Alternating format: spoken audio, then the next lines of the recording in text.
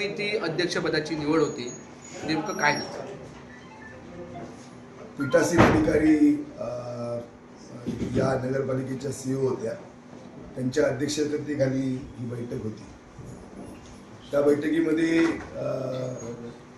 समिती निवड ही जर त्या ठिकाणी सत्ताधाऱ्यांना आवश्यक असली, नेसेसरी होती, ती कंपल्सरी नव्हती आणि त्यामुळे त्या समित्या व्हाव्यात असं मत आमचं सत्ताधारी म्हणून नव्हतं आणि म्हणून तशा प्रकारचा आम्ही पत्रव्यवहार पीठासीन अधिकाऱ्यांशी केला. त्या बाबतीमध्ये सभागृहामध्ये मतदान झालं. मतदानामध्ये 9-9 अशी मतदान संख्या झाली. सर्व समान नगरसेवक समान मतं पडली आणि त्यामुळे त्याच्यावर चिठ्ठीवरच त्या ठिकाणी तो निर्णय करावा लागला आणि त्या चिठ्ठीमध्ये ईश्वर चिठ्ठीमध्ये चिठ्ठी सभापती निवड होऊ नये अशा पद्धतीची चिठ्ठी ही त्या ठिकाणी आली आणि त्यामुळे आता या नगरपालिकेमध्ये विषय समिती सभापती त्या ठिकाणी होणार नाही. फक्त स्थायी समिती त्या ठिकाणी जी आहे ती होणार आहे. स्थायी समितीमध्ये जास्तीत जास्त 5 सदस्य संख्या असली पाहिजे. त्याच्यामध्ये अध्यक्ष आणि उपाध्यक्ष हे 2 अधिकृत त्या ठिकाणी सदस्य आहेत. 3 सदस्यांची नेमणूक त्या ठिकाणी होणार आहे. ही सदस्यांची नेमणूक जवळजवळ तौलनिक जे बळ आहे नगरपालिकेतल्या नगरसेवकांचं या बळावर व्हावं आणि म्हणून त्या ठिकाणी ते 3 असे नगरसेवक येत होते.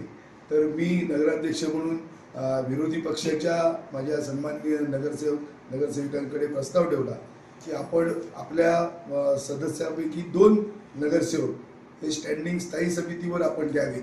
त्याची आम्ही नेमणूक त्या ठिकाणी करतो आणि आमचा एक सदस्य आम्ही त्या ठिकाणी घेतो अशा प्रकारचा प्रस्ताव त्यांच्याकडे ठेवला आणि ते कायदेशीरदृष्ट्या पीठासीन अधिकाऱ्यांनी मान्य करावं अशा प्रकारची भूमिका आम्ही त्या ठिकाणी मांडली. पण त्यांनी ते स्वीकारलेलं नाही. हा निर्णय जिल्हाधिकाऱ्यांकडे त्या ठिकाणी पीठासीन अधिकाऱ्यांनी राखून ठेवलेला आहे स्थायी समितीच्या निवडणुकीच्या बाबतीमध्ये आणि विरोधी पक्षाचं त्या ठिकाणी मत असं राहिलं की आम्हाला कुठलीच त्या ठिकाणी स्टँडिंगमध्ये कुठलाही आमचा सदस्य असू नये अशी त्यांची भूमिका त्या ठिकाणी राहिली. पण तरीसुद्धा मी नगराध्यक्ष म्हणून त्या ठिकाणी त्यांचे 2 नगरसेवक हे स्थायी समितीमध्ये जरी तौलनिक संख्या जरी 1.5 असली तरी 2 नगरसेवक तुमचे द्या, आमचा मी 1 नगरसेवक घेतो अशा प्रकारची भूमिका किंवा अशा प्रकारचा प्रस्ताव हा त्या ठिकाणी नगरसेवकांच्या समोर विरोधी त्या ठिकाणी मांडला. पण तो त्यांनी मान्य केला नाही आणि पीठासीन अधिकाऱ्यांनी जो निर्णय द्यायचा तो निर्णय विषय समित्या होणार नाहीत अशा प्रकारचा निर्णय दिला. स्टँडिंगची जी समिती आहे ती स्टँडिंगची 5 सदस्यांची समिती होईल. त्याच्यामध्ये पदसिद्ध नगराध्यक्ष उपनगराध्यक्ष आहेतच. उर्वरित 3 जे आहेत ते जिल्हाधिकाऱ्यांशी त्या ठिकाणी ते जिल्हाधिकारी स्तरावर त्या ठिकाणी ठरवतील अशा प्रकारची भूमिका आणि सभागृहामधनं म्हणजे नगरपालिकेच्या बॉडीमधनं तो आणि जिल्हाधिकारी आणि सीओ अशा पद्धतीनं तो पुढचा निर्णय स्थायी समितीचा होईल. यामध्ये नगरसेवकांना एक सभापती पदाची संधी हुकली आहे समित्या नसल्यामुळे, काय सांगाल त्याबद्दल? नाही, खरं तर ज्या ठिकाणी सत्ताधारी सत्ता असते त्यावेळी असे निर्णय असतात. आज महाराष्ट्रामध्ये विरोधी पक्ष नेता कुठे आहे? महाराष्ट्राच्या राजकारणामध्ये विरोधी पक्ष नेता कुठे दिलाय? सत्ताधारी सत्तेची जी काही अधिकार आहेत, कायदा आहेत त्याचा वापर करून विरोधकांना सत्तेपासून कसं रोखता येईल हा प्रयत्न सगळ्या ठिकाणी होतो. माझ्या जिल्ह्यामध्ये कणकोलीमध्ये कदाचित हे पहिल्यांदाच घडलं असेल, पण माझ्या जिल्ह्यामध्ये अनेक नगरपालिकांमध्ये असे निर्णय त्या ठिकाणी झालेले आहेत. आपण त्याची माहिती घ्या. म्हणजे माझीच कणकोली हे पहिल्यांदाच नाही आहे, फक्त कणकोली शहरामध्ये हे पहिल्यांदा घडलं कारण बलाबल समान आहे. म्हणजे इथं कुठंच त्या ठिकाणी एकमत होणार नाही. मग जर झालं असतं तर उपनगराध्यक्ष सुशांत नाईक बिनविरोध झाले असते. त्यांनी भरला ना उमेदवारी अर्ज. मग त्या ठिकाणी जो मला एका ज्यादा मताचा अधिकार होता त्या मतांमध्ये अधिकारी उपनगराध्यक्ष झाले सुशांत नाईक. त्यावेळी त्यांनी कुठे सहकार्य केलं? राजकारणामध्ये ज्याच्यामध्ये सत्ता आहे तो सत्तेचा त्या ठिकाणी वापर त्या ठिकाणी केला जातो आणि त्याचे फायदे सत्ताधाऱ्यांना कसे मिळतील हा प्रयत्न राहतो. त्यातलाच हा एक प्रयत्न आहे. एकंदरीत नागरिकांच्या प्रश्नांसाठी या समित्या नसल्यानंतर काही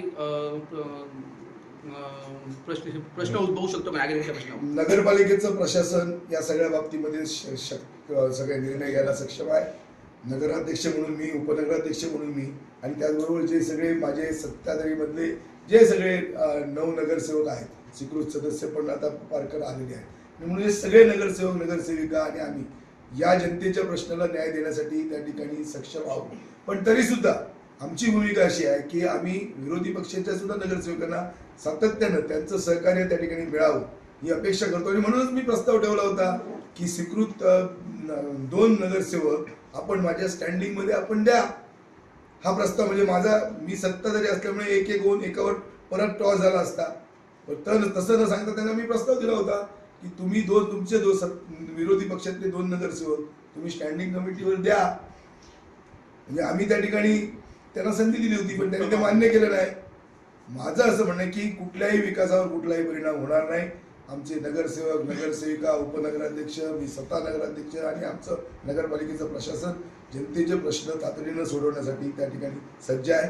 आणि येणाऱ्या 5 वर्षामध्ये आम्ही नगरपालिकेच्या अधिकारातून राज्य सरकार आणि केंद्र सरकारच्या माध्यमातून आणि विविध नगरपालिकेच्या योजनेच्या माध्यमातून कणकवली शहराचा सर्वांगीण विकास करू.